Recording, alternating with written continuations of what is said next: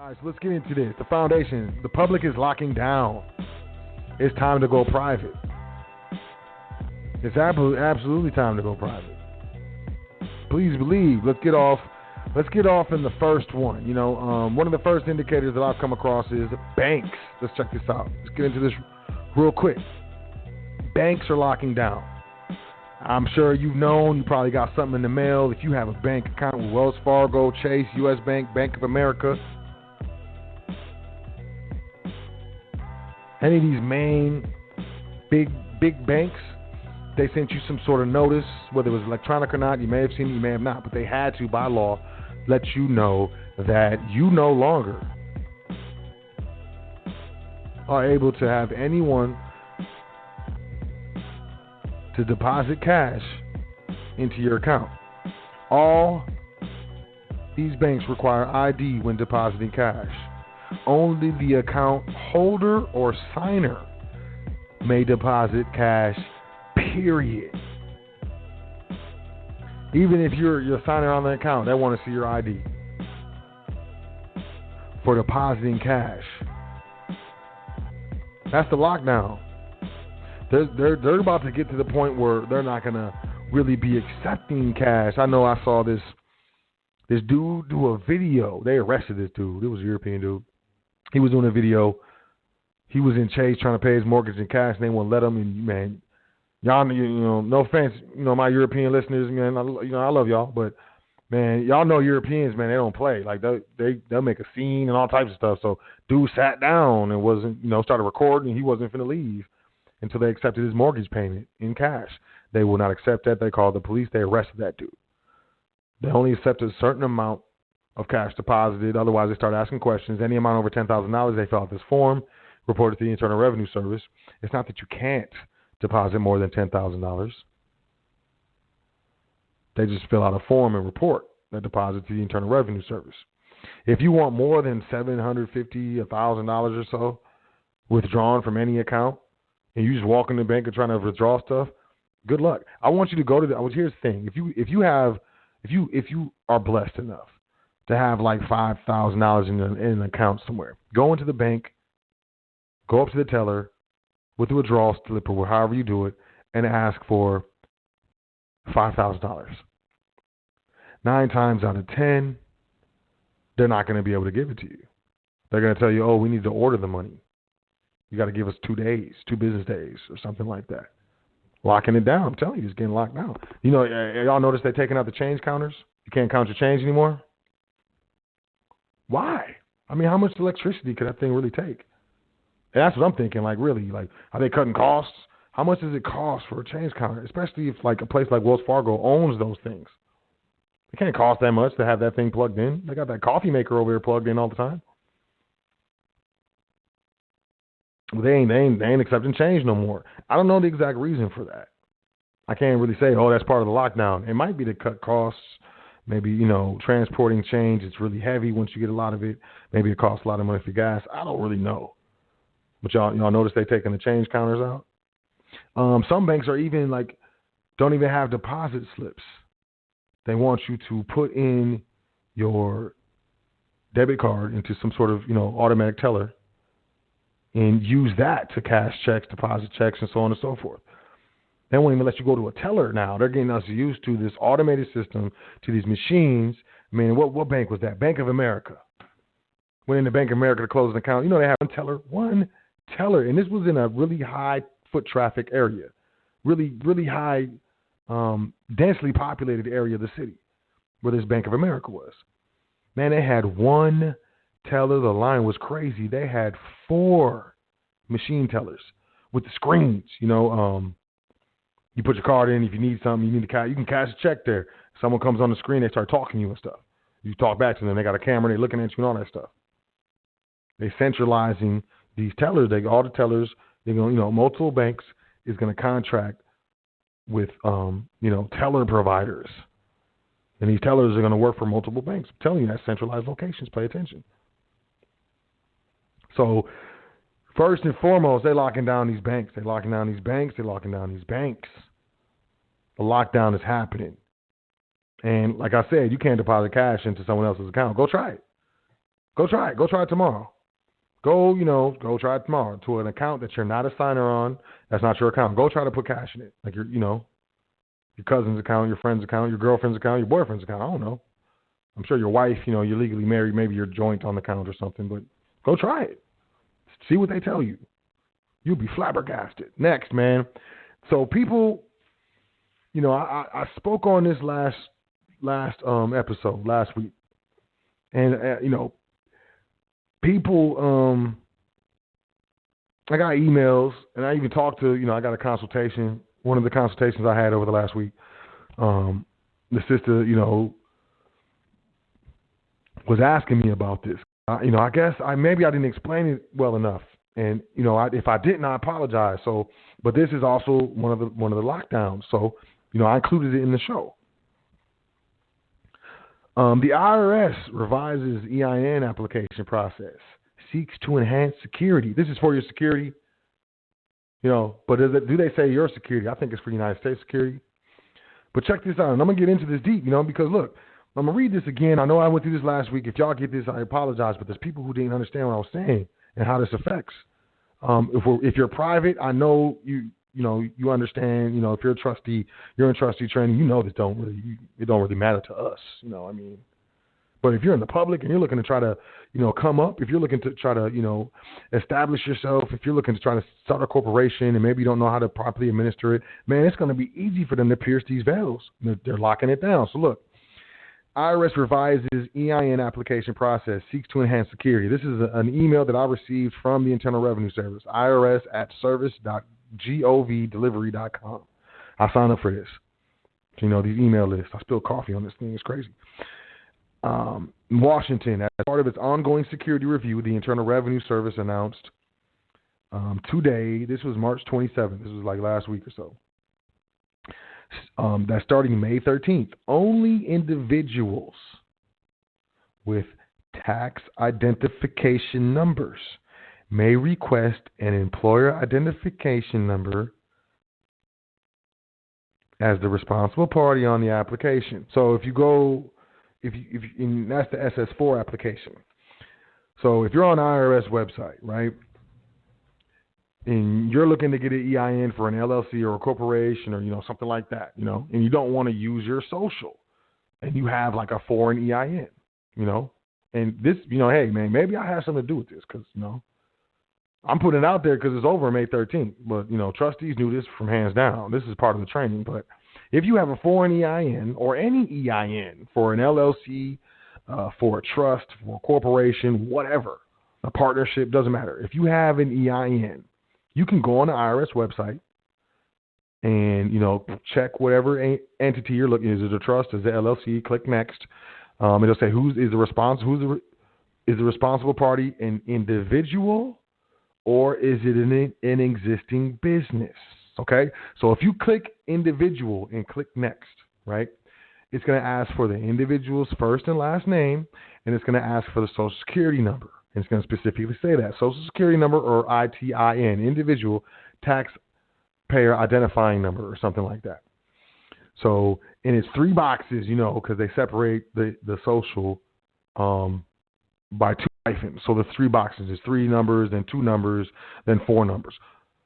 Now, if you don't click individual for responsible party on irs.gov when you're obtaining the EIN online, if you click right now, currently, existing business, and you click next, it's going to say name of the business, and then it's going to have a slot for the EIN. And those of us who know, those who don't know, an EIN and a Social Security number and ITIN, they're all the same. I mean, it's the same amount of numbers. It's 9 numbers, man. It's just the social they separated with 2 hyphens. The EIN they separated with 1 hyphen. So, the first 2 numbers of the EIN and then, the last 7 numbers or whatever. But it's the same amount of numbers, man. It's, hey, whatever. But if you have a trust, you have an LLC, if you have a partnership or something like that, and it has an EIN that you already got before, you can click existing business, hit next, put the name of the business or the trust, and then put the EIN of the business or the trust and click next. And you can finish the process and get an EIN starting on March 3rd. And they said here, an EIN is a 9-digit tax identification number assigned to sole proprietors, corporations, partnerships, estates, trusts, employee retirement plans, and other entities for tax filing and reporting purposes. The change will prohibit entities from using their own EINs to obtain additional EINs. They shutting it down. The requirement will apply to both the paper Form SS4 application for employer identification number and the online EIN application. So whether it's a paper application or you're going online, starting May 13th, you cannot use the EIN for a sole proprietor, a corporation, a partnership, an estate, a trust, or an employee retirement plan. So, say, look, right now, if you got a 98 number, you got a trust, you got my 98 number, you can go on the IRS website right now and obtain an EIN number for another trust, or for an LLC, or for a partnership, or for a corporation, or for an estate, or for, whatever. There's a lot of different numbers. You can get, there's different numbers. There's a lot of different numbers, or, a lot of different entities that they issue numbers. Let me be specific. Starting May 13th, you can only get an EIN with a social security number or an individual taxpayer identification number. By making the announcement weeks in advance, entities and their representatives will have time to identify the proper responsible official and comply with the new policy. Bottom line, you're going to have to put your social into the application or in the box on the website in order to obtain an EIN. And that's what I'm saying. They're starting to lock it down. So let's say, what's the implications of that? All right, let's say I started my own business.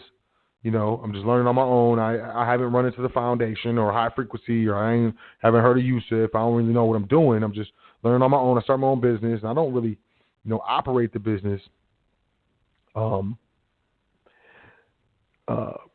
proper way. I commingle some funds in my first year. I don't know. I'm ignorant. I really don't know. I'm learning though. You know what I'm saying? And I'm trying to provide for my family.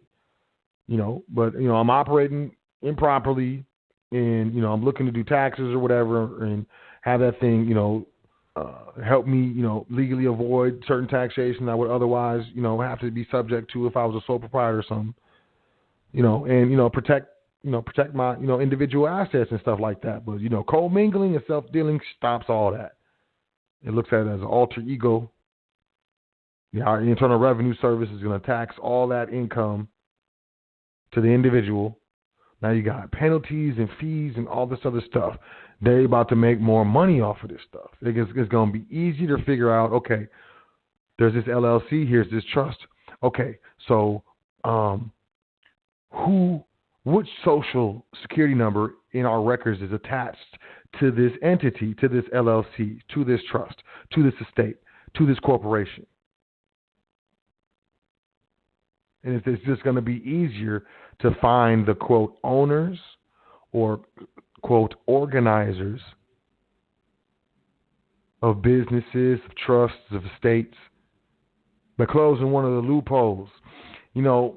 Up until now, recently, I always said, the public recognizes the private. You can go to the Secretary of State in your state. You can organize a corporation, fill out the document, sign it. You go up to the counter, pay the fee, walk out with an actual, legit corporation, and they never ask you for ID. That's, the recognition of private. You go into a bank, they're going to ask for ID, but I can go organize a corporation at the Secretary of State. They don't ask for ID. I can put any name on there as an organizer. Monkey Tari or something. Smith on there as an organizer. Go contract with you, give you an authorization, a bank authorization form, sign it, Monkey Tari Smith, and put your name on it, and then give that to you, give you the EIN, give you the articles of organization. You go open the bank account. You put down your social. I don't have to open a bank account. I'm the boss. Now I tell you, give me the debit card for the company card. It don't matter if you got your name on it. Those aren't your funds. You're going to give it to me. I'm the owner of the company. But that doesn't mean I submitted my social security number. So there's still ways that you could do things. Man, they're trying to close this loophole. You can no longer get an EIN But now, the only way to do it is, get a foreign EIN. That's the only way you get an EIN without a social, is to get a foreign EIN. They call it the 98 number. You don't know how to do it? Email me, admin@welcometothefoundation.com. Set up a consultation. I'll walk you through it. I'll give you the number to call. I'll tell you the best time to call. Whatever. To me, I don't know, whatever. But if you're private, if you understand the implications of this, you understand, hey, if I'm private, I don't care. I really don't do business in public entities anyways. I'm not going to the IRS website to get EINs. I'll just call and get a trust EIN. Simple as that. So if you have an EIN and you think in the future you might need another EIN, you better go get it. Go on the IRS website. You got until May 13th. From May 13th on, you will not be able to obtain an employer identification number without giving them your social or finding someone else that will give them their social. A lot of people ain't with that. Credit squeeze, number 3. The public is locking down. Credit squeeze. Typical pre-recession depression is typical. They squeeze the credit. They stop extending credit because they know there's a recession coming. There's going to be a lot of bankruptcies filed. They're not going to get paid. So, hey, instead of, not being able to get my money back, I'm just going to lower your credit limit or flat out cancel your credit account and say, oh, you missed some payments or you did this, whatever. They starting to squeeze it. The requirements and the rules and policies are becoming more stringent. I just got an update from PayPal. Their terms and conditions. What do they say? They was like, for consumer accounts. So these aren't business accounts. They're not nonprofits accounts. They're not, they're not trust accounts. But for consumer accounts, what do they say? Man. I'm trying to remember what they said. For consumer accounts, that you had to have,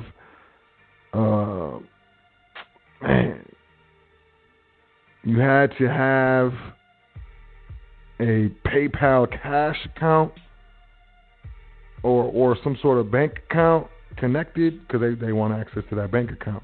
I got a friend who, man, he filleted PayPal. I'm so proud of him, man. You know what I'm saying? I'm real proud of that dude. But credit squeeze.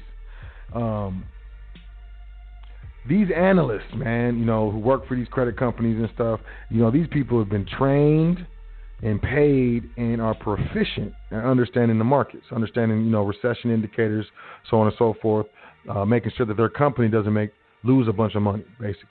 And that's what they're paid for. And they're really good at what they do. So they consult with the heads of the company who, generate and disseminate policy throughout the corporation when it's time to start squeezing credit. It's happening now. I know private credit consultants that are telling me approvals are coming in lower this time this year than they were last year, than they were 2 years ago, with the same profile, same credit score, same everything, maybe even better. But approvals are coming in lower. The credit squeeze has been happening, and please believe, miss a payment, miss a couple payments or something, they're likely to reduce your credit limit. Your credit score drop enough right now, and you ain't missed no payment. They might lower your credit rating, lower your credit card, your balance, not your balance, but spending limit, your availability. It's coming on lockdown. There's some other things that I came to. We got 4 minutes and 30 seconds left in the broadcast, so I'm gonna start wrapping it up.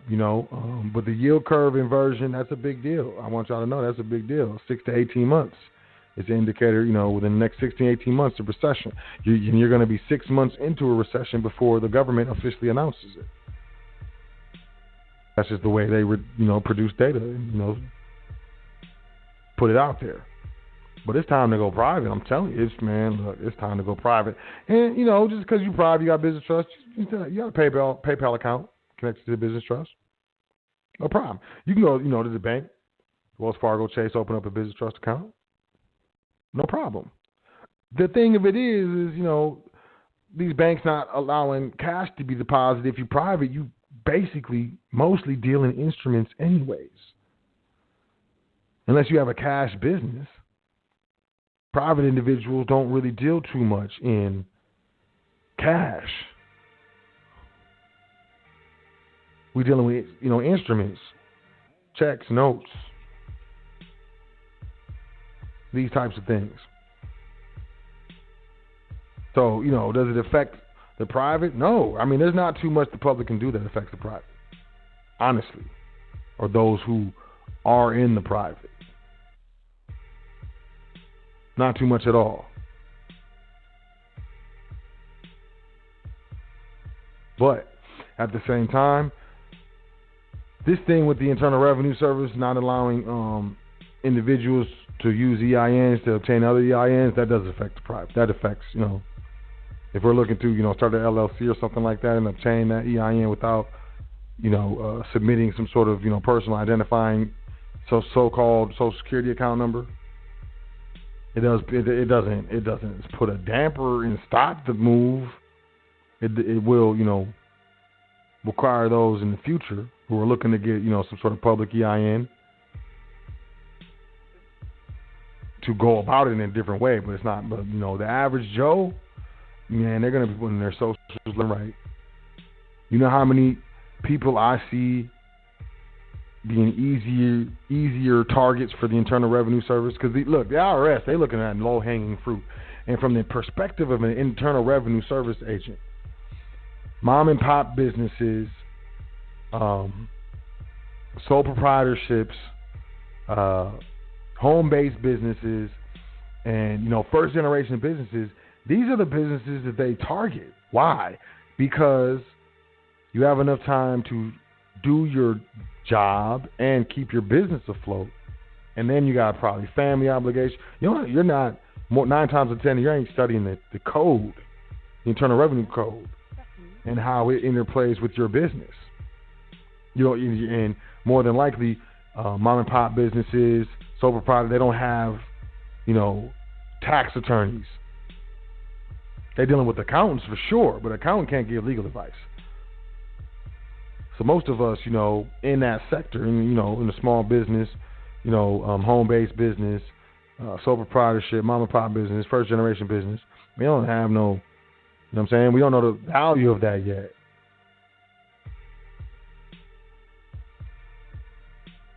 So this thing with this EIN is really going to have some far-reaching implications, and it's really going to cost people money.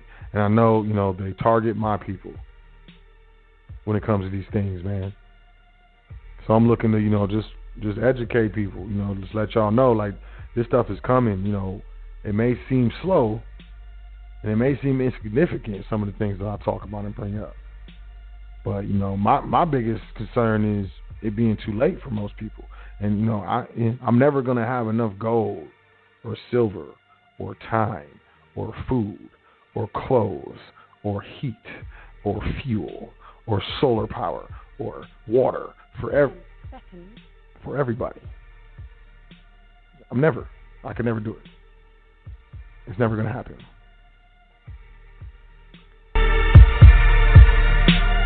So the best thing that I can do is do what I can to help people, get in the position to avoid any unnecessary emotional, physical, psychological discomfort. Because, this world is changing, man. This new world is coming. Some people call it New World Order or whatever. I don't care. They chipping people. You got businesses putting chips in people. First they started chipping animals. You can chip your animal, put a microchip in it. If it gets lost, we can find it, blah, blah, blah. Now they chipping old people. Oh, you got Alzheimer's, dementia. And if they get lost, we can find them, blah, blah, blah. Now they chipping people. Oh, you got a job, you can get into this area over here, blah, blah, blah. Look, man, it's coming. They're going to have robots taking everybody's job, algorithms, there's going to be lawyers, doctors. A lot of this stuff is going to change a lot of things, man. Truck drivers, Uber, there's autonomous vehicles, robots stocking shelves, sweeping up stuff, robots driving freight, algorithms figuring out your taxes for you. It's going to change the landscape, and it's going to happen fast, man. And the older we are, the more we're not prepared for it. You know what I mean? You know. So, I'm doing my best to, keep us informed, keep us on track. I'm your brother So and I got your best interest at heart. But I can't help everybody. I know that. I know my limitations. I can't help everybody. But we can all help ourselves. And that's the whole point. That's the whole point. It's coming. The public is locking down. I don't care if you got crypto. You got crypto in a wallet? Crypto, it's crypto. I got a blah, blah, blah. It's anonymous. Is it in Coinbase? Yeah. Well, Coinbase gave the FBI all American account holders' information. What? Yeah, man. You think you anonymous now? Well, I got in this other wallet. You don't think that IRS is hitting everybody, man? They're getting ready. The United States is getting ready. And when this stuff pops, please believe countries when they first start getting hit, they start hitting out other countries and stuff. But when it gets deep, they start cannibalizing their people, start taxing the mess out of their people and their subject citizens. It's time to go private, man. It's time to get in trust. A contract trust does not owe its existence to legislation. Therefore, it's not governed by legislation. I don't care how many statutes and acts and executive orders that are passed or whatever. It has no bearing, and it is not germane to this contract trust indenture.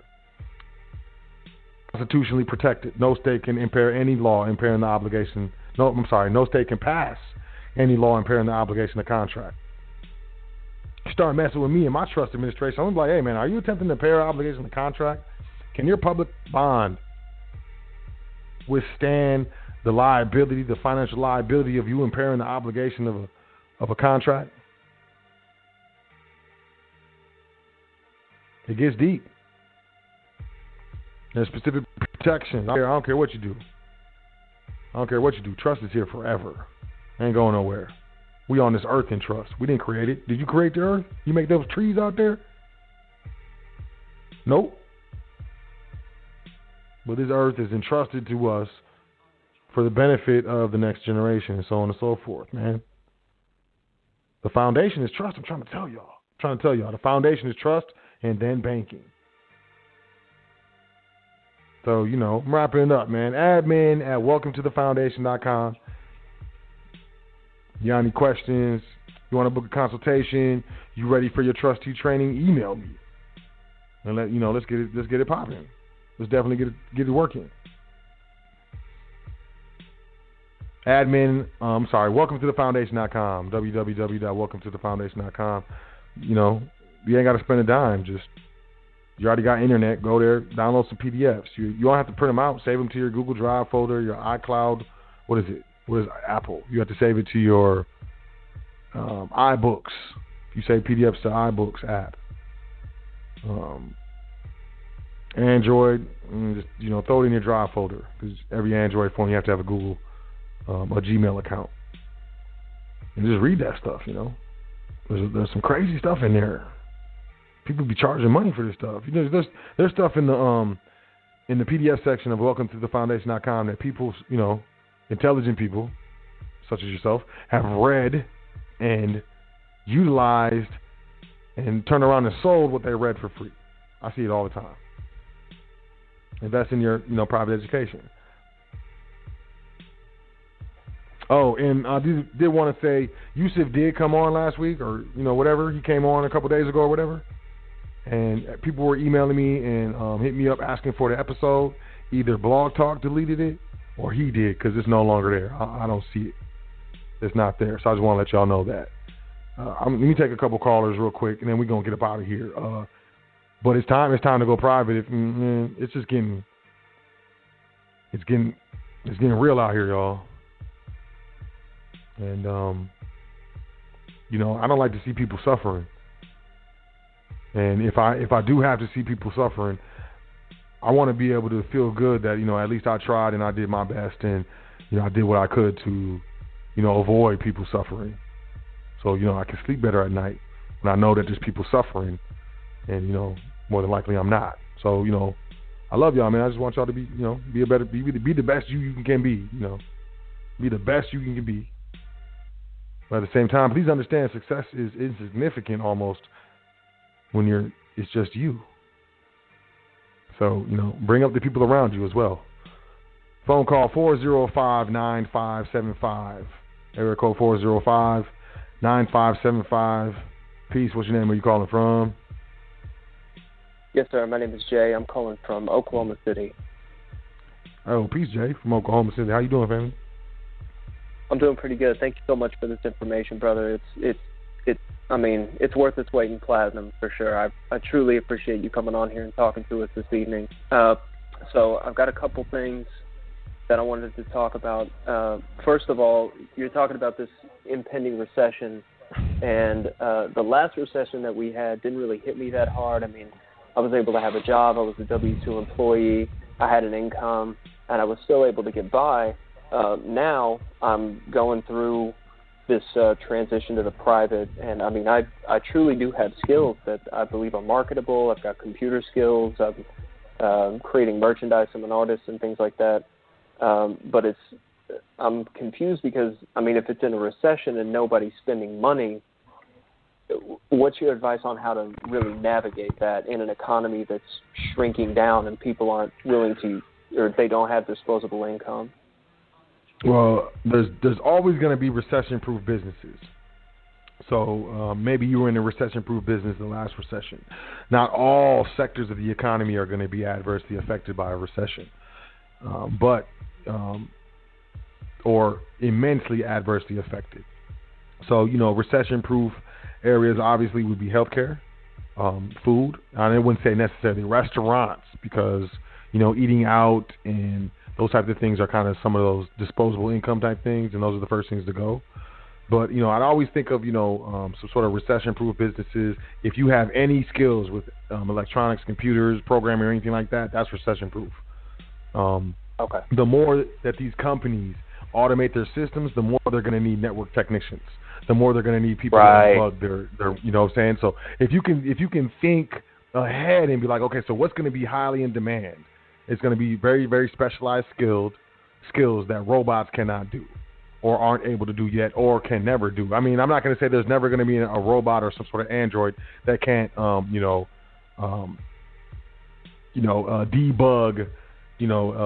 a hydraulic arm in a car manufacturing factory or something like that. But I don't see that happening anytime immediately soon. So, anything in internet, anything in technology, the Internet of Things, stuff like that, to me is a gold mine. I personally control, what people in the public would say, quote, own a technology company and, networking and stuff like that. And it's not going anywhere. But, there's always going to be need for, clothing, tailoring, stuff like that. I mean, we're going to, honestly, I feel like if the recession is going to be as big as what I'm hearing, a lot of us are going to have to get back to basics. We're going to have to learn how to farm and sow and do a lot of stuff. So, those types of skills are in high demand as well.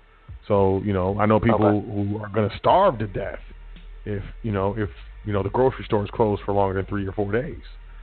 So, I would just, kind of think ahead. Like, there's always going to be recession-proof businesses and skills. So just kind of like extrapolate, maybe 5-10 years in the future and kind of think of what it's going to look like. And where would you need to be today studying or whatever you need to be doing to be, relatively comfortable in, tomorrow's future. That's what I would say. Okay. And, well, one other thing I'm looking at is, yes, sir.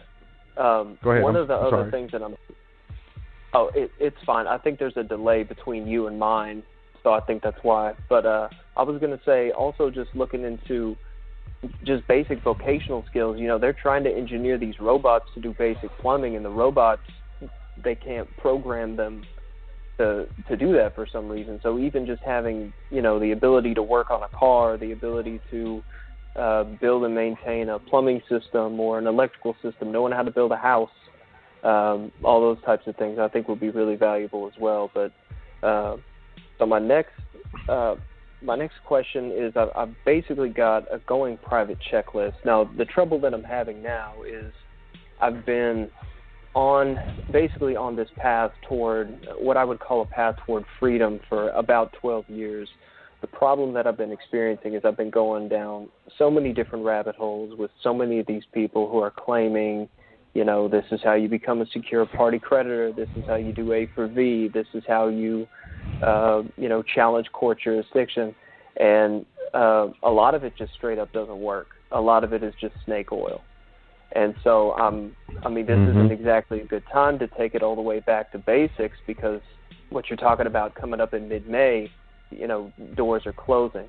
So I've got just a really basic checklist that I want to run over with you. And I'm going to go ahead and send you an email if that's acceptable, and make sure that I'm doing all this right. But the main things that I'm looking at are rescinding and terminating all government contracts. That's driver's license, that's vehicle registration, that's the Social Security contract, and just getting out of anything tying me to the government at all, right? Okay. The next thing would be correcting citizenship status, getting away from anything that has me listed as a U.S. citizen, moving over to, state citizenship, non-citizen U.S. national, getting away from the, I forget the title, it's somewhere in the U.S. Code, but it's whatever defines United States as a federal corporation. Anything to do with that whatsoever, just, 28, I think it's 28 USC 3002. Okay. I think that's what it is. Or maybe 26 USC 3002. But I know what you're talking about, yes. Absolutely. Okay, cool. And then next, it seems like, I know there's not a silver bullet, but it seems like the secure party creditor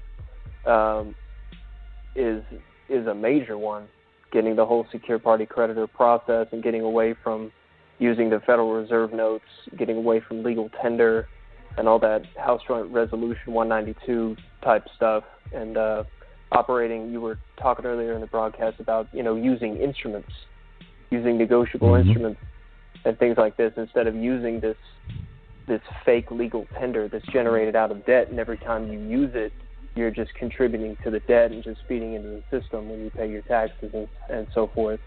So I just wanted to run that by you real quick and see if there are any glaring holes in that process that you notice, if there's anything additionally that I need to do. No, that sounds great. That sounds really good. I think that's a great list, preliminary. I do want to say this though, I think the secure party process is definitely valid, but I think what a lot of people miss is, it doesn't work or whatever. Executing a process without understanding the fundamentals, principles, and nuances under the process is hardly ever going to work.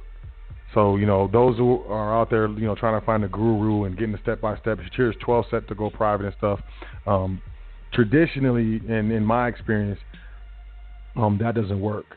But also B, and this is kind of like I don't know, maybe it's a jewel, maybe it's not, but knowing the public can rebut an affidavit from a private individual.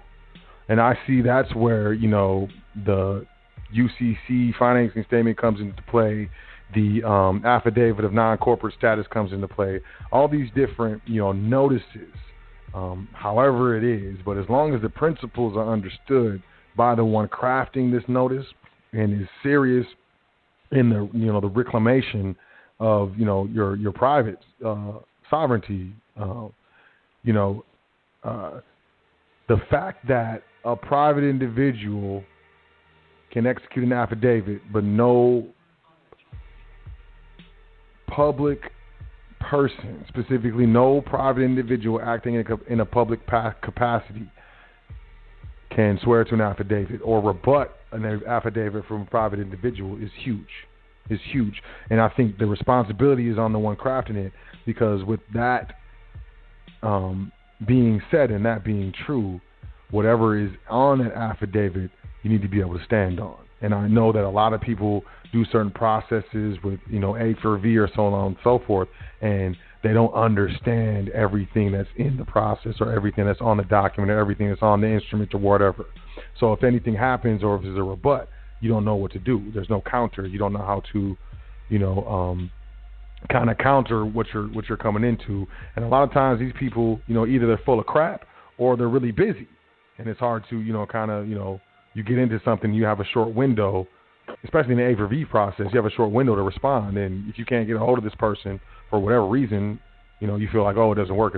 So I think the biggest thing, out of everything you said is, I like what you said about the contracts, rescinding them, but at the same time, like, not, without giving legal advice, allegedly not all the terms of the contract were revealed. So whether or not you sign the contract or not, as long as you can say that and put that in your affidavit, I don't see how absolutely necessary it is to rescind all that stuff. It's just, a gentleman always gives notice, and an affidavit that is not rebutted stands as fact. So if when you get to an affidavit of non-corporate status, or those things are powerful. When you start saying what you are not and what you did not understand, what you do not agree to, and stuff like that, those things are powerful. Those things are definitely powerful. All right, good. One other thing, and of course not legal advice, but both myself and a lot of people, I think probably listening, and a lot of people out there, we started coming into this knowledge because we had a run-in with the system, and we knew that something they were doing just wasn't right. For me, it was I got framed up for possession of a controlled substance and caught a case off of it. And the thing that I thought to do at the time was to hire an attorney. And I was thinking, oh man, this is going to be an open and shut case. He's going to fight it all the way to the Supreme Court. And all he came back with was this weak plea bargain to a lesser charge.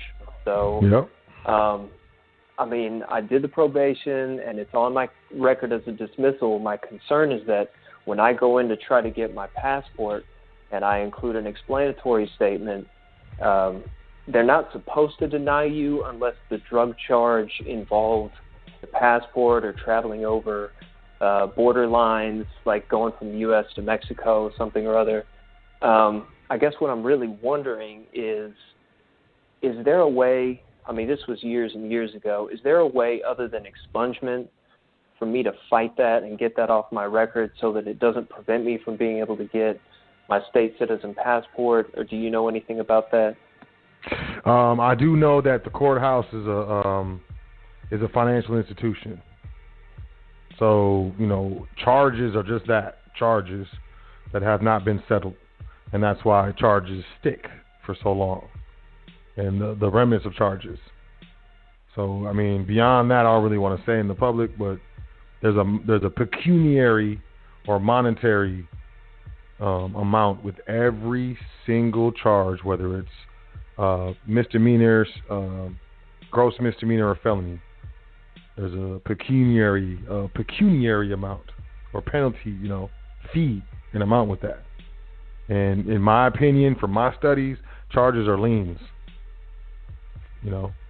So it's all business. Okay. All right. Well, I'm going to keep looking into that, and I really appreciate your time. I think I'll go ahead and get off the call, and I'll do some research, and I'll give you an email this week. What's the best? Is there a better day of the week to email you? My busiest days in the week are Sundays and Wednesdays. Okay. So, all right, I'll keep that in mind. That doesn't mean that I'm unavailable on Sundays and Wednesdays. But okay. The best days are not Sundays and Wednesdays. So the other 5 days. Okay. All right, I'll stay at it. Thank you so much for the broadcast, and I'll talk to you soon, brother. Hey Jay, thanks for calling in. I appreciate you adding to the foundation. Look forward to serving you in the public, man. Thanks for calling in. Peace. All right, one more call, 929-4056. 929-4056, then I'm out. 929, what's your name? Where you calling from? Peace, my brother Saltel. This is Sister Yvette. Peace, Kings and Queens. Peace, communities. Legal advice, I know you can't give it, but to the gentleman, depending on the nature of his crime, if it's a misdemeanor, It is a class A, B, or C, depending on how many years. He can get that removed. He could go in and ask for his fingerprints, have that case closed, cleaned out, whatever. He has to do his due diligence on that. Kings and queens, time is definitely getting short with all that's going on. All those who are trying to be in the private, they're trying to get their documents in order, their EINs, trying to stay out of the public, go into the private. Be careful. All of y'all that are actively in the public eyes, if you do the due diligence of all those who were murdered or killed, check and see if they was transitioning to the private. We need to be very careful. We cannot disclose when we are going into the private. We have to do and go diligently into the private and be quiet about it. Be very private-minded, meaning is you do your due diligence, you study, you keep quiet. As you go into that transition, you take people. Just remember, just as you go into that transition, you're going to take the haters with you. Be careful of the alliances that you line yourselves up with. You're going to have to cut some people loose. My brother, you are right. People are reading PDFs. They're getting information. It's one thing to give people information. It's another thing to sell information. Selling the information is one thing. Not properly teaching the people and they're getting in trouble is a whole nother thing. Communities, know what you're getting into. You want these documents, you want a different lifestyle, you want a different mindset, be prepared because there's no going back. You can't go back to the public once you transition to the private. Be careful because you're authenticating documents, you're closing one area of your life, you're opening up another. You're going to be all right. In some cases, be quiet about it. My brother, all is well with you and the family. Continue to do the good work. Just be mindful. The crabs are coming out the barrel, and these are not nice crabs coming out the barrel. They're dangerous. Lawyer, get yourself together. Just get loyal people around you. Loyal people, integrity, and honesty, my brother. Don't get in the dirty waters because the waters are definitely getting dirty.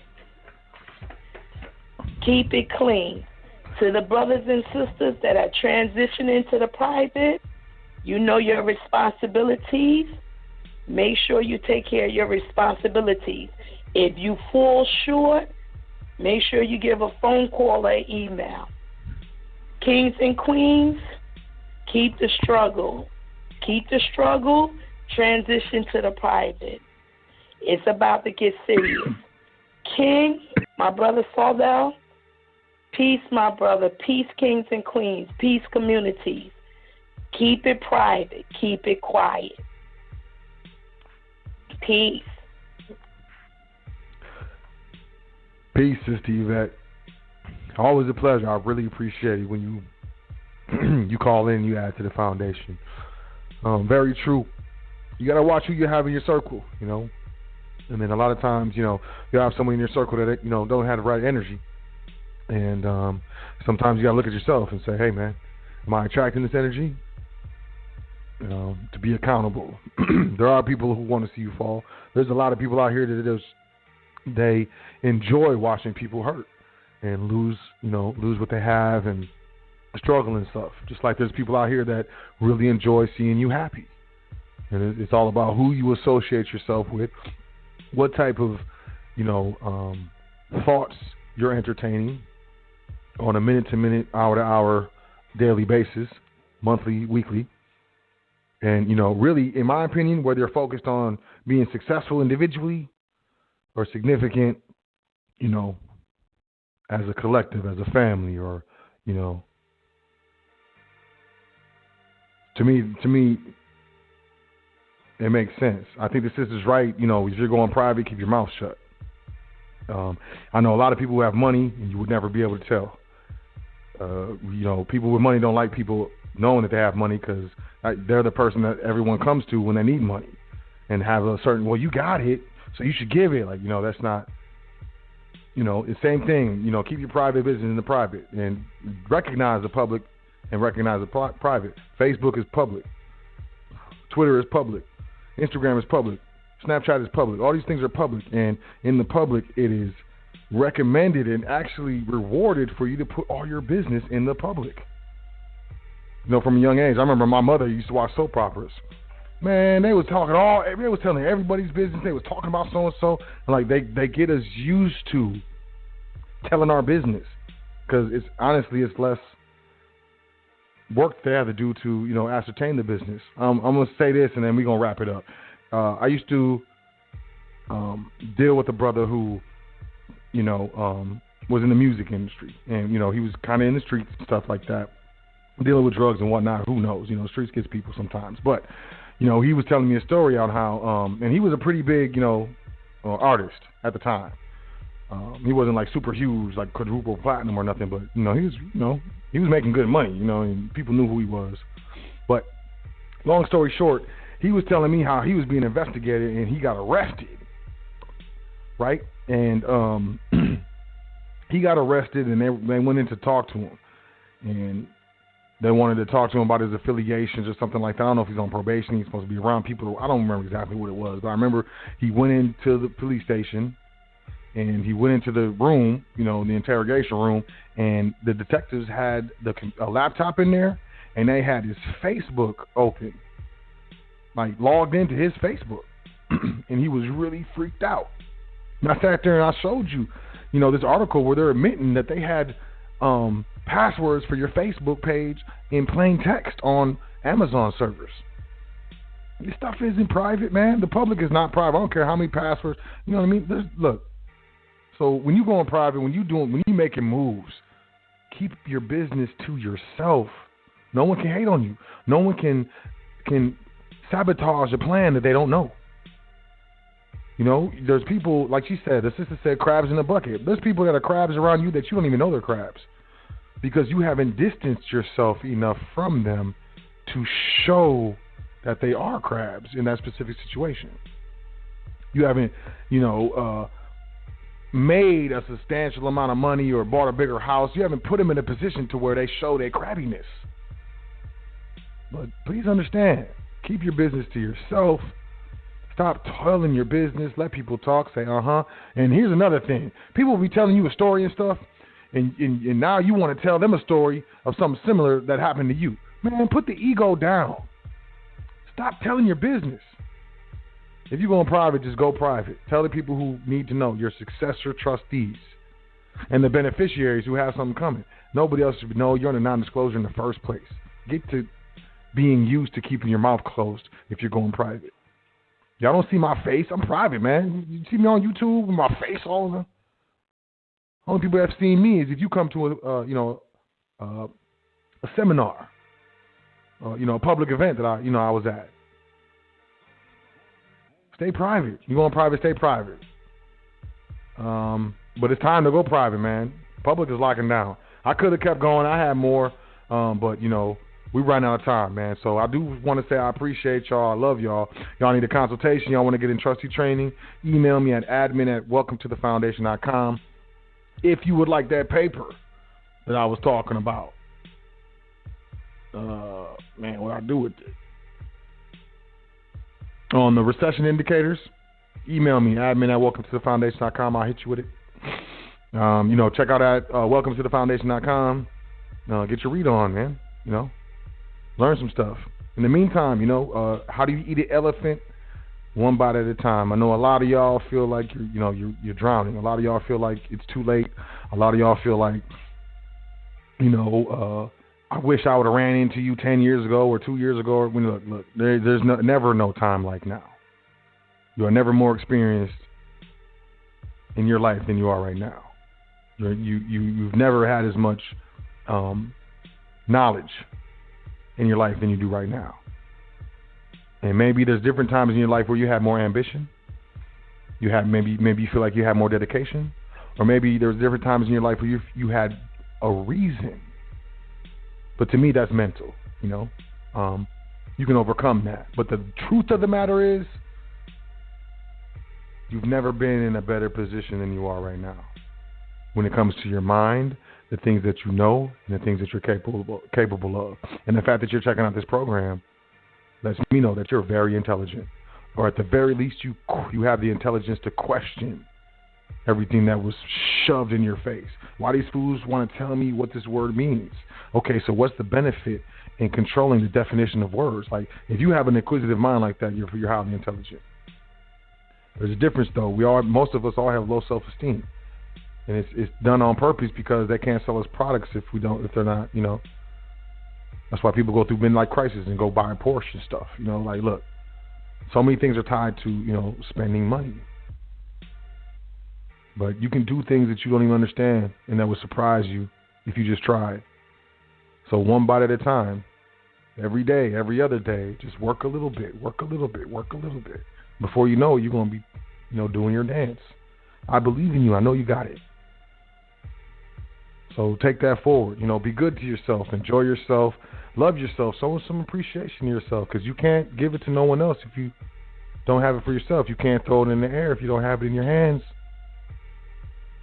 But most of all, set your family up. Stop thinking about yourself. Think about your last name, those that came before you, those that are coming after you. And it's time to go private. Y'all have a great week. I'll catch you next week. Same spot, same time. You know what it is. I love y'all. Enjoy yourself. Be safe. And I'll catch you next week. Appreciate y'all. Welcome to the foundation. Peace to the God. Doing this thing all the way live. High Frequency Radio.